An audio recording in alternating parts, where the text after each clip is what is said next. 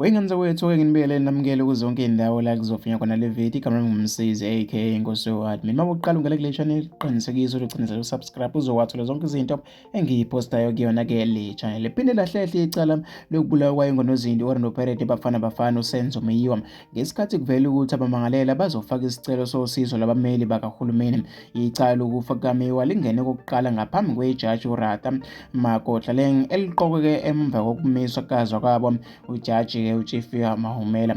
Bekulinde ukuthi-ke icala liqalwe noma-ke icala liqalwe phansi kabusha kuqhutshekwe nokulalela kofakazi, kodwa-ke abameli babamangalela bacele-ke ukunikwa isikhathi. Akucacanga noma-ke abameli bayahoxa noma-ke bazoqhubeka, kodwa-ke bese-ke bekhokhelwa yi-legal aid okuwuphiko-ke lwabameli bamahhala.